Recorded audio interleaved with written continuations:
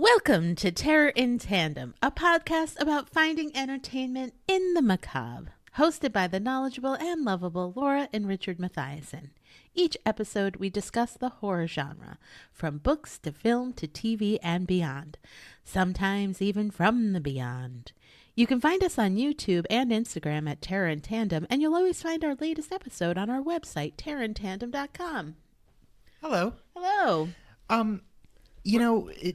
Are we both knowledgeable and lovable, or is one of us knowledgeable and the other one lovable? One of us is both. And one of us is one. Oh, shit. I feel like I know which one I am, but I also know which one I want to be. Yeah, I know. Anyway. I mean, I would say one of us is 1.5 and one of us is 1. Whatever. I mean, geez. One of us is a billion and the other one is negative a billion. You asked. Yeah. You can't argue with the answer. No. Sounds like somebody's not being one of the descriptors. Speaking of corn moons, I believe we're in the month of corn-like moon. Yeah, the corn moon is rising. The full, ear of corn. What is the corn moon? I think it's what farmers. It's just full moon in September? It's probably like the last harvest of corn. Oh. It would be my guess. And they just call it the corn moon? Probably. I mean, that's amazing. Yeah. I mean, they didn't really know that it was September. In a world where everything is shaped like corn, even the moon is just a giant that's going to be corn. September 8th. It's the full corn moon. It's in the multiverse. There's a planet corn. Yeah, it's going to be in Pisces. Well, anyway, what are we talking about? September. Yeah, exactly. The month of corn moons. So while the corn moon is shining down, we have some recommendations to watch and read. Read by the light of the corn moon. Yeah, we are gearing up for the harvest of horror. Yes. Ooh. I love fall because folk horror is my favorite. Yeah, the harvest of horror. There's a lot of that stuff. Yeah, there's a lot of reaping of souls. Exactly. That sort of shit. You know, it's going to be a whole month of horror. I mean, September's kind of a teaser, but October, and you know what that means for Terror in Tandem fans. Terrorfest is back. It's coming back. It with is. All new editions of things that we've definitely thought about. We have. I'm excited for September because it gets a little cooler. And the streets are no longer flooded with roving gangs of feral children. Well, that's not true because they're around on the weekends. Broccoli hair and white socks with Crocs on. I guess and fanny packs. Yeah, let them be kids. That's all we have to say. Times they are. Anyway, so yeah. So but speaking of all that to be said, we have some great recommendations for the month of September. Yeah, strap in. Why don't you start? Get your corn sheared. Shucked. Boy. You shuck corn and you shear sheep. Anyway, I'm gonna start September with my quiet recommendation, and it's from first-time director Bryn Chain, Rabbit Trap. This is starring Dev Patel, and it's coming in theaters September 12th. Now, Rabbit Trap is set in 1973, and Dev Patel and his partner, played by Rosie McEwen, they go out into the woods, I believe in Wales.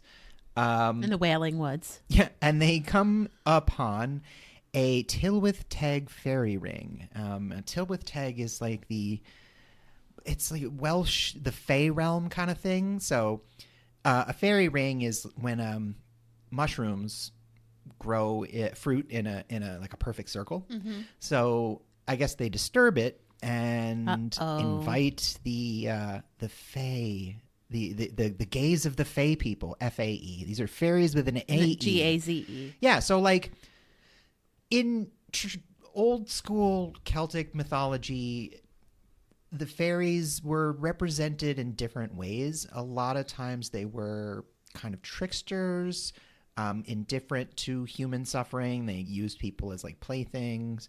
Sometimes there are rules around them. Sometimes they're horrified, like in this, to be, monsters. So this movie promises to be like a very surreal, hallucinatory trip.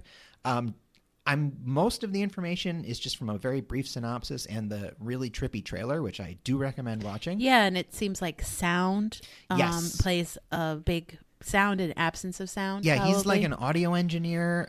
So he's going out into the woods to make music. Yeah, and record ambient sound. So if you're a fan of movies like Blowout with John Travolta or The Conversation with Gene Hackman or in the horror realm, Berberian Sound Studio with that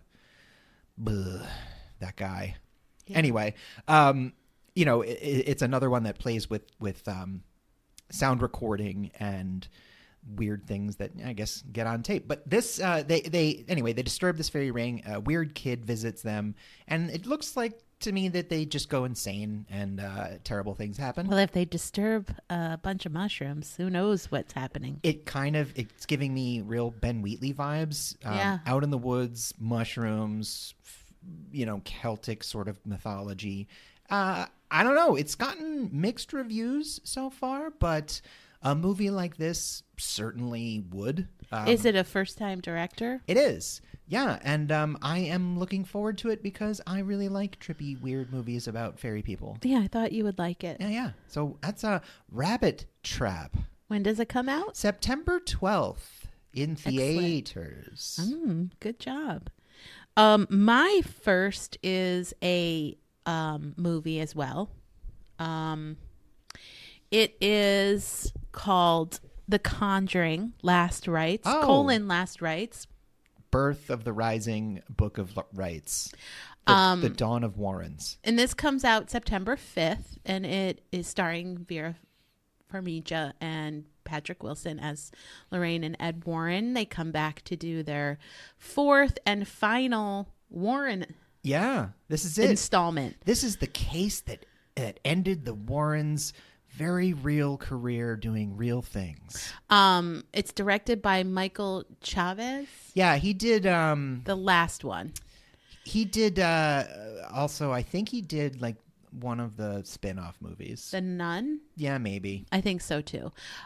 This is a direct sequel to the 2021 The Conjuring: The Devil Made Me Do It. Yeah, the court one. And this is the fourth one about the Warrens, as I mentioned. And yes, this is the final one. This is the concluding Conjuring film.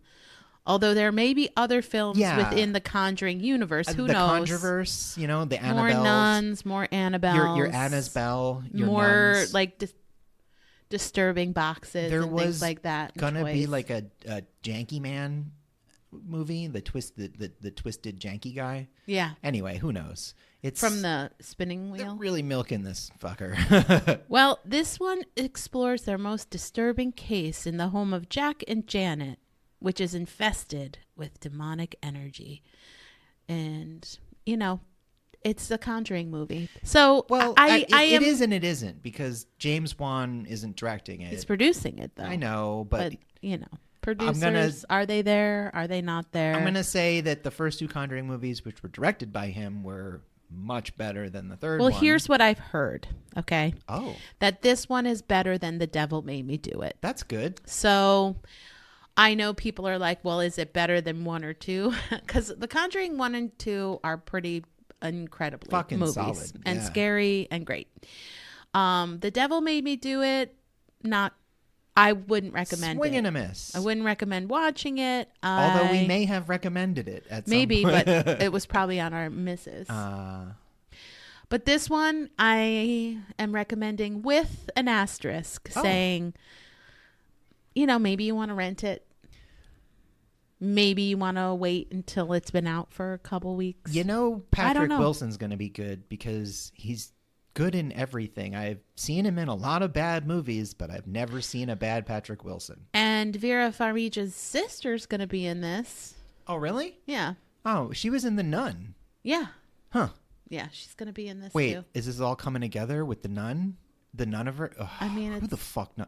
Why does it all have to be a universe? I don't know. Brr. Or don't be so obvious about it. Yeah. You know? There's like a Stephen King universe, but he's not so obvious about it. It all just the always time. kind of happened.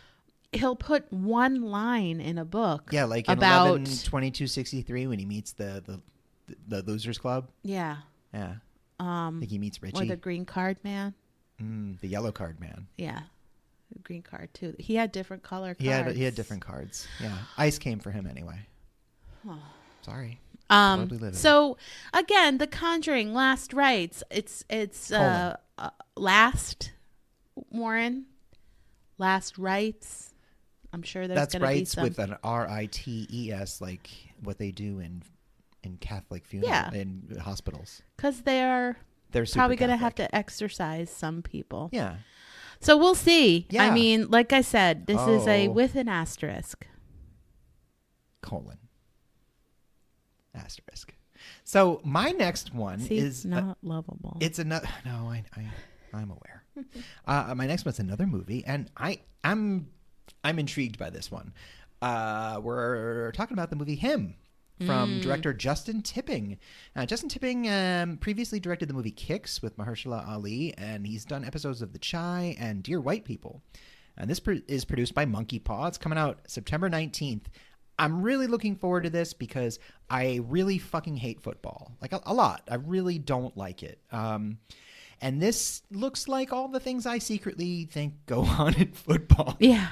So Cam, Tyreek Withers plays Cam. He's an up-and-comer who... He was in, most recently, I Know What You Did Last Summer. Yeah, for sure.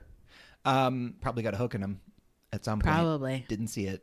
But now he's hooked on football. his career is on the rise, and then he gets stabbed by a weird fan, and it kind of derails him. So he goes to an elite training camp hosted by Isaiah, who is played by Marlon Wayans, Who looks really sinister. looks in awesome. this. Yeah. He's a former quarterback, Intense. and he's like running this really elite. Think of like your like training most, camp. your most social Darwinian tech bro like bullshit. So it's like culty with performance enhancing drugs and weird ritual lifestyle. It's like a wellness cult, sports camp, tech nightmare. So anyway, Cam goes to this this like scouting thing. He goes to this training camp. And falls into basically like how much of yourself will you sacrifice to be the best, to be the number one. I'm really interested in this because I am very disturbed by it. It's really well documented in the world of professional sports, but it's a trend that permeates throughout, our other aspects of our lives, is this never-ending fucking push for the like razor edge margin, for like that extra 0.01%. Like my kid has to be 1 degree better. Yeah, and here's the thing, for the most part, especially in sports, is you're like, oh, I want to see how far I can push the human body, but you're actually using natural elements to do that. You run up against a wall called biology and physics. Yeah. And in order to, stretch those rules, you do very unethical like things. getting blood transfusions. Yeah, like Lance Armstrong type hacking your diet and taking in kind of all kinds of like intravenous supplements. But just like, that's enhancing your body to do something that it's not naturally doing. If you take that into other parts of life, it's like the parents trying to get their kids into the best programs, the best schools, the best this, the best that, and everything has to be the best instead of good enough. Like instead of you enough. doing your best. Yeah, exactly. It's so anyway, this movie it seems really, like it's like going to be very Yeah, that's the other thing is we all want to be icons. Well, I'm sorry, there are very, very few of those. And it's called him, and there's like Christ-like lots of imagery. Yes, a lot of. It also seems to be tapping into this weird new Christian bro culture of like youth Christians being merged with like music and sports and being cool, which is not anyway.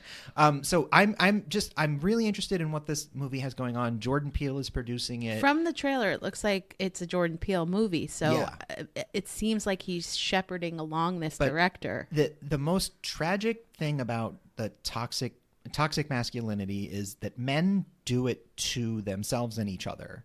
And that's what this movie really looks like, is a lot of men screaming at each other, getting in each other's faces, breaking them down, injecting each other with things. Like, it's harm that they do to themselves and each other in pursuit of a goal that really no one fucking wanted them to, and it's a fleeting goal too. Yes, it is. And it's unattainable. I remember in the 2000s when everyone was like, wow, Major League Baseball has so many big beefy home run hitters, and it's like, yeah, they're all fucking yacked out on steroids, man. Yeah, it's kind of why I have stopped really watching baseball for enjoyment. So I'm saying, if you are always, it's like the eye on growth. Everything is never-ending growth, like a cancer. But if you're always trying to improve more and more and more, you're ignoring the fact that you're human. You hit a wall. Then you get into the arguments of transhumanism and all these weird billionaires, It's just very unhealthy, and I'm excited to watch a horror movie about it. So, him! Absolutely. Him! Well, also, my deep, deep knowledge of professional football is going to help me here. Yeah, right. Well, let's take a quick break.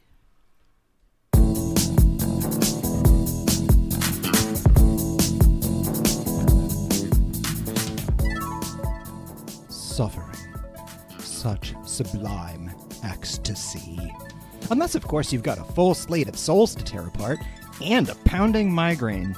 Sure makes shining creepy lights and throwing chain hooks at people more of a chore than the undying eruption of sensation it should be. Well, now you can get back to the things you love, like tearing the flesh off the innocent, with Pinhead's Exquisite Migraine Tonic. Each ampule of Pinhead's Exquisite Migraine Tonic comes with a forbidden elixir distilled from the tears of past thrill seekers who found your weird puzzle box and decided, this seems like a safe thing to fuck with. As the Hell Priest says, tears are a waste of good suffering. Unless they're in my patented tonic. So rattle those chains and flare the cold light of damnation, and make sure the only aches you have are the ones you're giving others. Pinhead's Exquisite Migraine Tonic. For those days when it feels like you've got 100 spikes rammed through your skull. This is a fake ad for a fake product on a horror-themed podcast. We cannot stress this enough. Do not solve weird centuries-old puzzle boxes that are left conveniently in your path at your lowest point in life.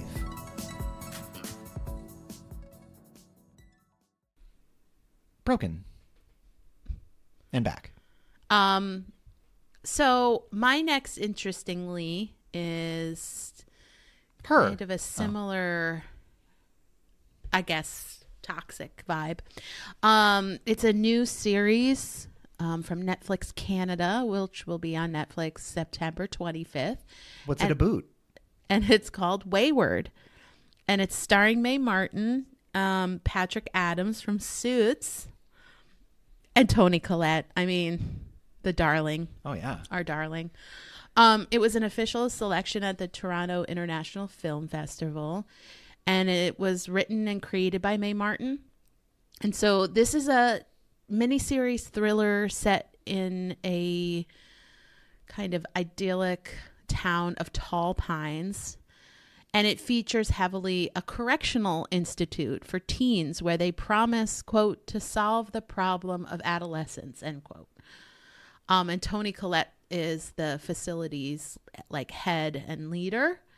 Mae Martin plays Alex, a cop who's relocated with their pregnant wife to their pregnant wife's hometown, who's a former student of Tall Pines Academy.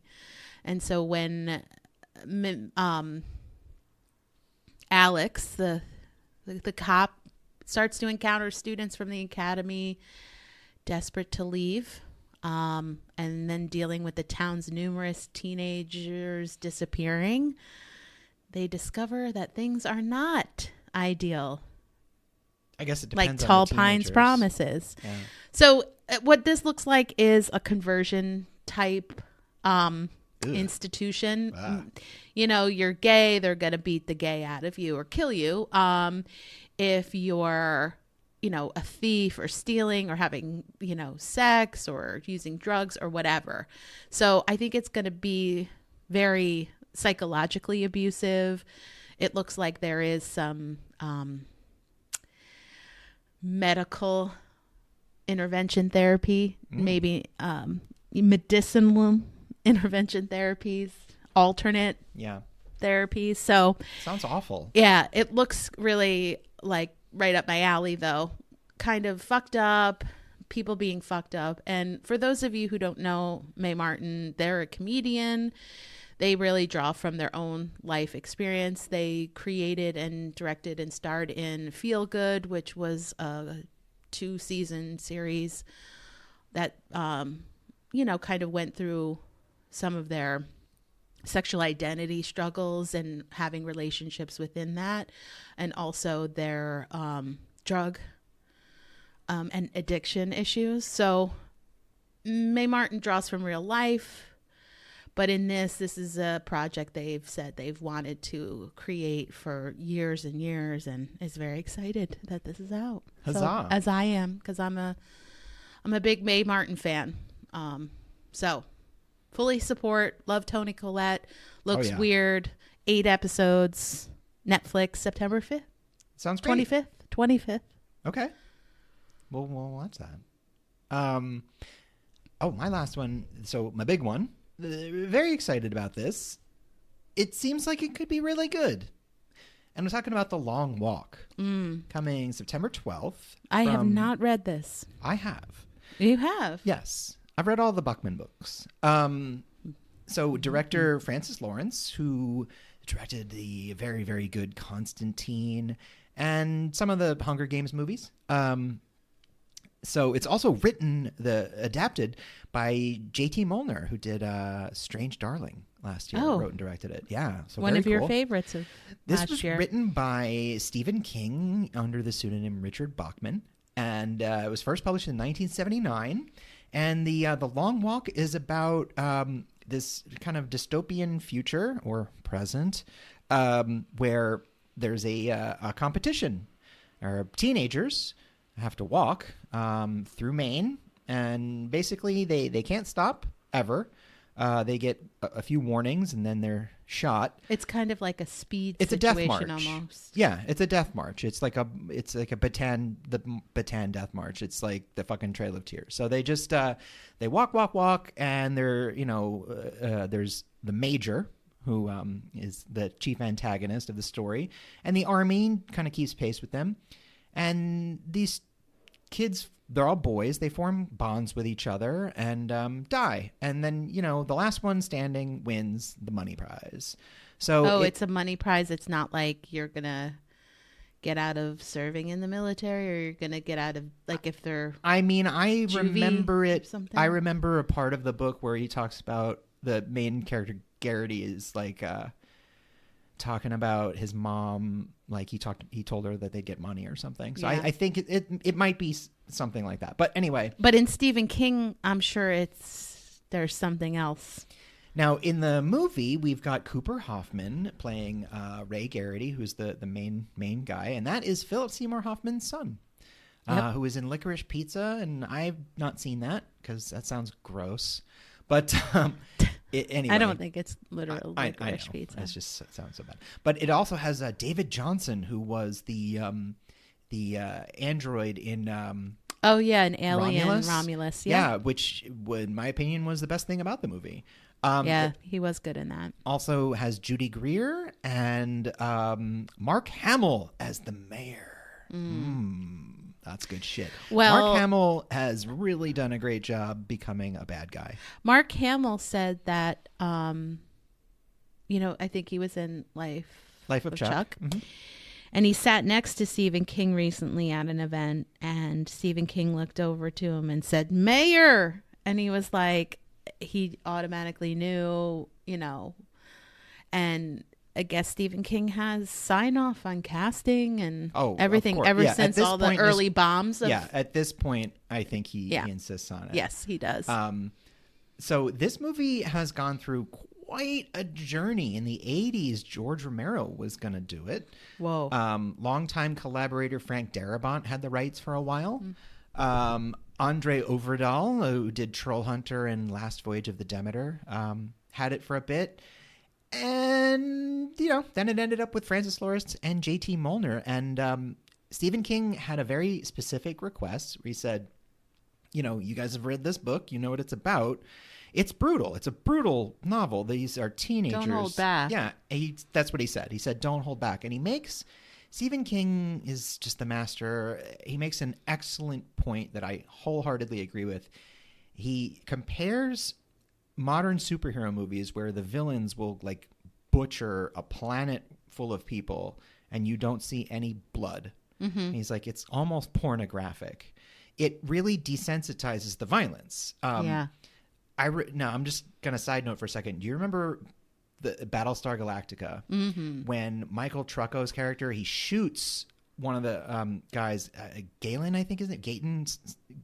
He shoots him in the leg, and when he does it, the guy goes down screaming fucking bloody murder because the bullet hit him in the shin and shattered his leg. And it's like a really bloody, visceral scene. This guy is screaming and screaming. And mostly in movies, when you shoot a guy in the leg, it's like, and that stops them, That is a frustrating part that I always am frustrated with, is when you clearly disable somebody with stabbing or a bullet. I know adrenaline can kick in to a certain extent, but you can't run when your leg is broken or your ankle is broken. Yeah, you can't. I broke my ankle and I couldn't, before it started hurting, I couldn't put weight on it. Yeah. It just didn't work. So it didn't hurt yet. That was the adrenaline part, but I still couldn't use it. Yeah. So anyway, Stephen King was basically like, if you're going to make this movie about teenagers in a death march, you got to show them getting murked. And they were like, yeah, deal. So expect to watch basically all of these people get shot. I really like Francis Lawrence as a filmmaker. I think he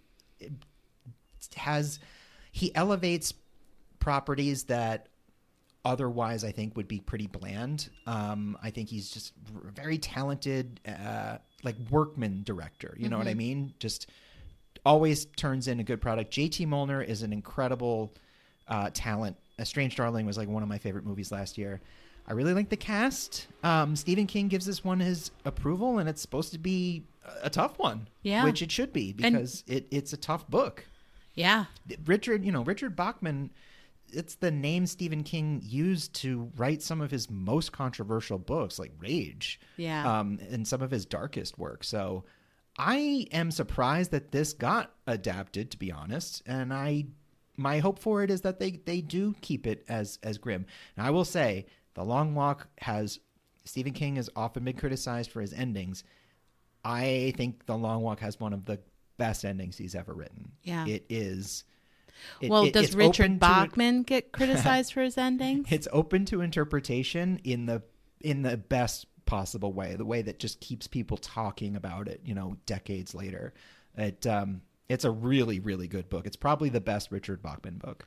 And here's the thing that I'll say about book endings is when you are in love with a book and you're loving the story, no ending is going to be satisfying. No. Because that means it's over. I think the best endings don't wrap everything up, because the more you do that, you're going to be disappointing some people. Yeah. If you just leave it, you got to understand that the author kind of relinquishes control over something, and it belongs to the audience a little bit, and you leave the audience with something to do. Yeah. Anyway, The Long Walk. Excellent. Well, my last is a book, and it's really outside of my comfort zone. The plot of it. It's called You Weren't Meant to Be Human, and it's by Andrew Joseph White, and it comes out September 9th. This is Andrew Joseph White's debut novel, and it's being described as Alien meets Midsommar. Hello. So I'm just going to read kind of a brief summary. Set in Appalachia, hives of worms and flies have taken over and offer salvation to the desperate. In exchange for loyalty and a steady flow of corpses, these parasitic colonies promise safety, purpose, and a chance to start over.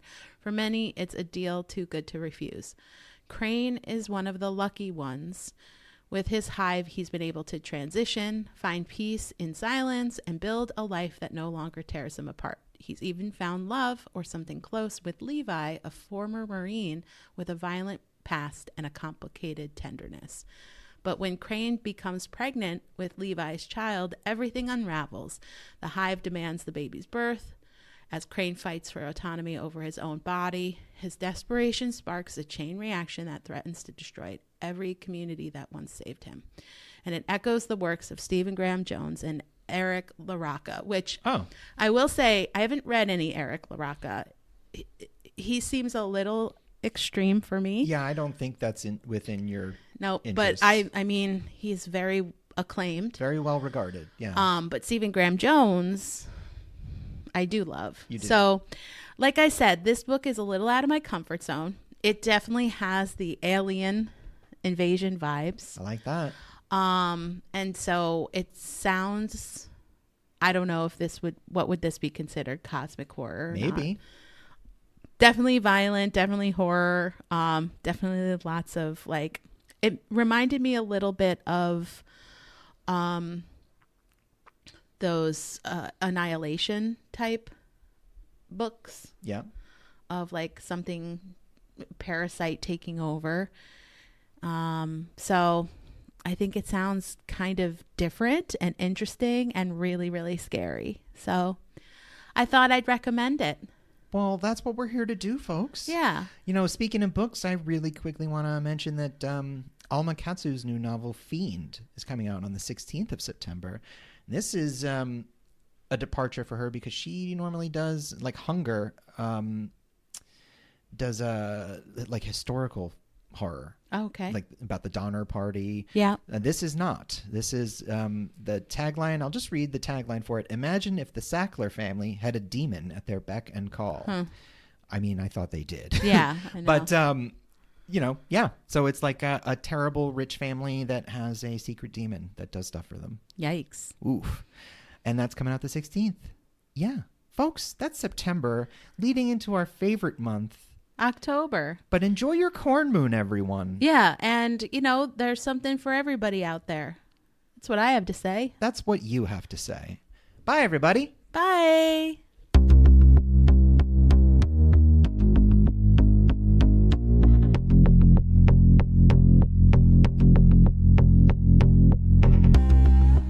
Terror in Tandem is written, produced, and recorded by Laura and Richard Mathiasen, and edited and mixed by Richard Mathiasen.